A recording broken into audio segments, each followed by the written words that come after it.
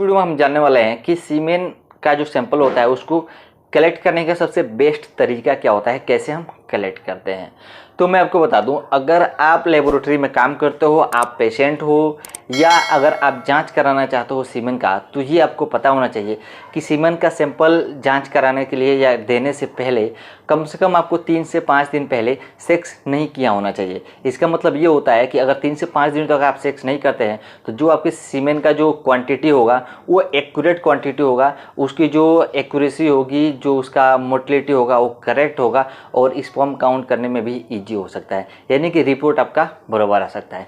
तो इसलिए कभी भी सैंपल देने से पहले 3 से 5 दिन तक सेक्स नहीं करना चाहिए। जहाँ तक सैंपल देने के बाद है दोस्तों, आप अपनी सुविधा के अनुसार लेबोरेटरी में या घर से भी सैंपल आप दे सकते हो, लेकिन उसके पहले कुछ प्रिकॉशन की ज़रूरत पड़ती है। अब आता है कि कलेक्शन आप कौन से मेथड से कर सकते हो। तो जो लोग अगर अनमैरिड होते हैं उनको रिकमेंड किया जाता है कि आप मास्टरबेशन के थ्रू सैंपल को कलेक्ट कर सकते हैं, लेकिन जो लोग मैरिड होते हैं तो वो बाइसेक्सुअल सैंपल को कलेक्ट करके लेबोरेटरी में दे सकते हैं जाँच के लिए, लेकिन कुछ सावधानियाँ बरतनी जरूरी होती है।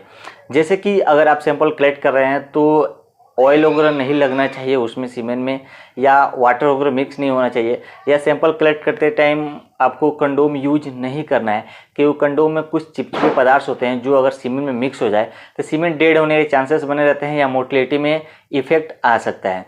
तो आपको ये सब सावधानियाँ बरतनी चाहिए। सैंपल जहाँ तक कलेक्ट करने की बात है, आप प्लास्टिक के कंटेनर में कलेक्ट कर सकते हो जो कि स्टेराइल होना चाहिए, या कांच के भी कंटेनर में कर सकते हो, लेकिन वो कभी भी यूज नहीं होना चाहिए, सिर्फ फर्स्ट टाइम यूज होना चाहिए।